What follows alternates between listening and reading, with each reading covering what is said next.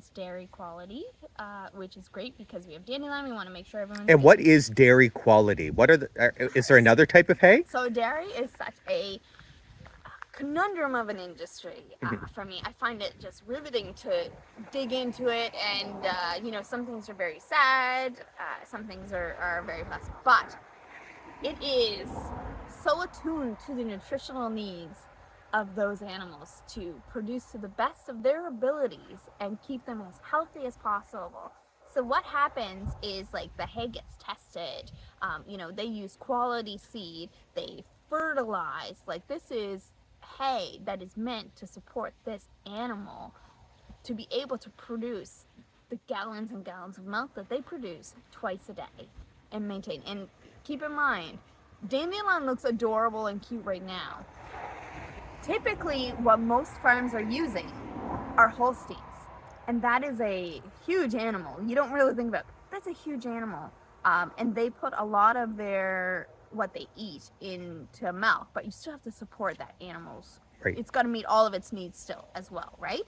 And so, buying the hay that's done by them it's just a better quality than someone who has a field that maybe doesn't put that amount of fertilizer on, or reseeds or overseeds, or just uses that field as a business because they need that high quality. So Okay. we're not just buying the cheapest hay that we can find. This is a steal that I'm getting, but you can buy hay that's just basically grass, like old grass, Right. like meadow grass, and it's really got nothing in it. You got the fiber and everything, and as you go forward, you realize, cheap does not mean good. Right. Doesn't mean bad, but it doesn't mean good all the time. And, if you go that route, you have to spend more here. Right. Which is what we saw last year. Right. Is our hay was just awful, and I was supporting basically their nutritional needs almost pretty much 100% on just my grain feed, and it was almost between $400 and $500 bi-weekly. Right. And that's from Walkers. Most times I would actually run really low, and would have to just make a pit stop, grab something to hold me over until my order with them was picked up. And so it really increases your bottom line because our grain provinces are out west, which are currently experiencing droughts, Right. which bumps up the cost of grain. So yeah, you basically have to be prepared not to cut corners. Right. Cheap is not always better. Right. So I guess to answer the question I initially asked, what's dairy hay? Long story short, it's nutrient enriched. Yeah. It's higher quality. Quality.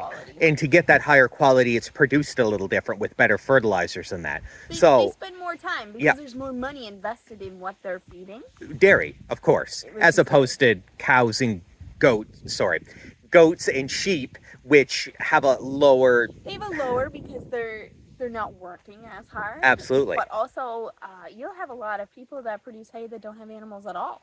Right. Right? So Yep. are they going to spend, all of that money in the fertilizing and the overseeding and reseeding and like all that effort when they can just sell meadow grass that's got nothing Right. for like $6 with no investment into that field? So basically, the dairy industry is invested 100% in the product that hits that shelf. Right. And they also send their hay off to be tested. So there is actually, and we can do that as well now.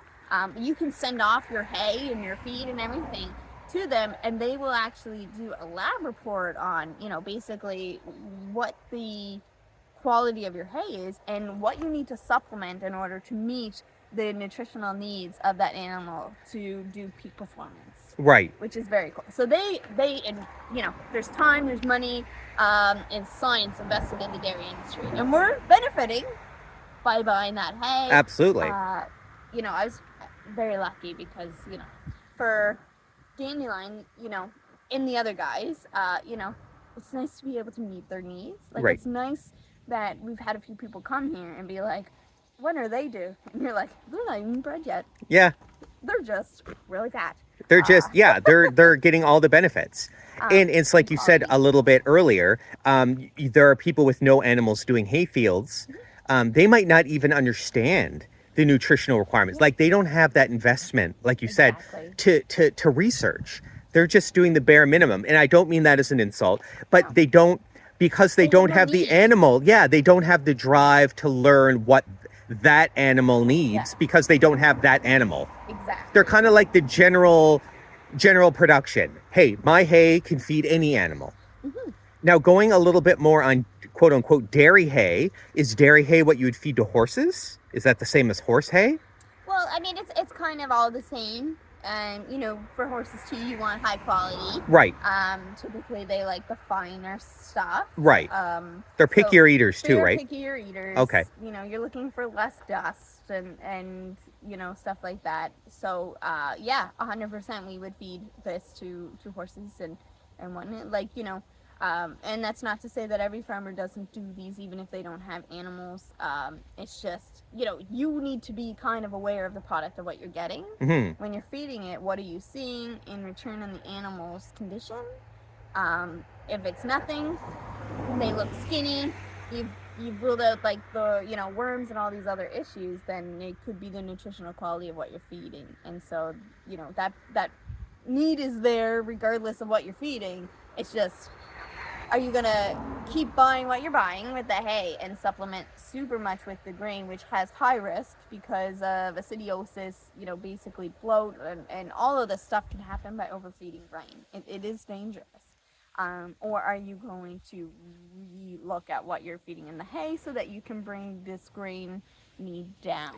Okay, so from what you just said, it would be better to feed a high quality hay 100%. Than it would be to a mediocre hay supplemented with a really expensive grain. 100%. Okay. So what is the price difference between a cheap hay and a dairy hay? What are we looking at in price difference for a square? So I feel really lucky with what we're paying us $7 for hour. So $7 and $8 a square bale is pretty good. For good hay or bad hay? For hay. Okay, just hay. You know, and a lot of the times for square, when dairies are doing square, they're utilizing the squares a lot of the times for calves only. Okay. And so they can overproduce what they have, which is how you can end up buying, you know, this quality hay for them. Now, you can get, like, there's hay on Marketplace right now for $3 a square bale. $3. I wouldn't even turn on a tractor for $3 a square bale. So how are they able to do it, or why are they doing it? Why is that there? Where's that? You know what? There's probably no investment in it. Okay, right, okay. You know, they probably don't have the amount of animals needed to eat it, so they're selling it. Right. It could be a way to just make, you know, some money. They have the fields, they're not really utilizing it, but they don't want it to turn into like a brush field that's going to take more work down the road. So they're just, you know, they're culling it, mowing it. So that's not your high quality hay. And it's fine to feed. Yeah. You know, normally at seasons, it's probably really fine to feed. Right. They're just going to eat more to meet the needs that they have. Right. You know, you might top up with a little bit of grain. You know, so you can get some for $3. And, you know, you can also pay a premium price. So in the early spring, I had round bales, and I think we might have done a video back when we were doing the round bales, and my round bale was brown. It's good, you know, but it was just like, you're like, oh, it looked like straw, but, you know, it was okay. And we went to Walker's. It was one of the times that I did go, and they threw out a square bale for someone who had ordered it, and it was wonderful freaking hay. It was awesome, but my car was full. I couldn't fit a bale in, or I would have bought it just because it was so good. You know, and they're getting it from a really good supplier. Now that bale, I think, was like maybe $11 a square bale. Right. You know, and that would have been triple to quadruple the price. It can be. Yeah. And sometimes people are just like, you know, I don't want to rip anyone off. When we first started here, I was getting hay delivered for $6. Okay. He was using older machinery because machinery is expensive. And so the bales were smaller. So I wasn't hitting the 50-pound square bales. I was probably about 30 pounds. So, you know, I had a smaller square bale. I was paying $6, and there's a farmer person who buys hay and asked what we were paying. And when I had said $6 delivered, they were like, that is criminal. Right?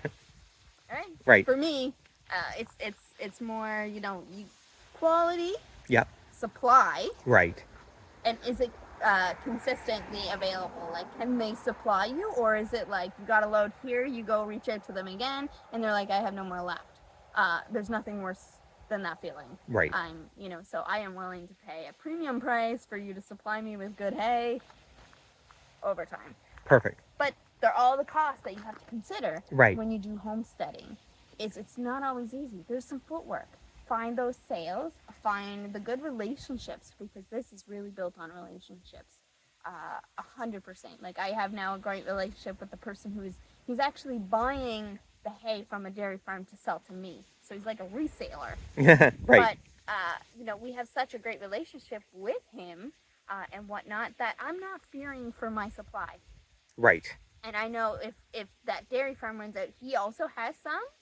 He just ram baled it all because he didn't have the help to do square bales, you know, which we've seen are not my favorite thing to deal with. So, like, I am 100% covered for hay, good quality hay, and I also have 2 backup plans in case, and a third would be the feed store, so that I don't have to spend $500 bi-weekly on grain, not including hay and not including shavings or bedding and stuff like that. Because we're moving into winter. Shavings are really good for like my goats and everything. So that's who gets that. The pig gets straw. The emus get straw. Right. You know, and the cow's probably gonna get straw too. It's just, you know, so those are more expensive. So I think those were, I don't even know, like $10, $11. Straw is kind of pricey. You know, for that, and these will all be used today. And my last question is regarding the grain. So when you do have to supplement your low quality hay with grain, what's the cost of grain? I guess how much is even needed? Like, how does a bag of grain compare to a square of hay? So it's higher on carbohydrates usually. Right.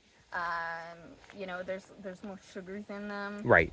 They are formulated for the specific animal. So you can see here, this is a beef grower here. So they come with all these feeding instructions. You know, the big thing too, if you have sheep, a lot of food can't be mixed. So the sheep can't have this because there's copper. Okay. Sheep can't have goat feed because there's copper. Right. Okay. Goats can have this because there's copper. And so, you know, it's hit or miss. Like, when I was supplementing because I had awful hay, I was going through one of these a day. Okay. That's scary because we don't have the animals to feed that. Yeah. You know, and this is, you know, depending on what it is, it's about $22-ish.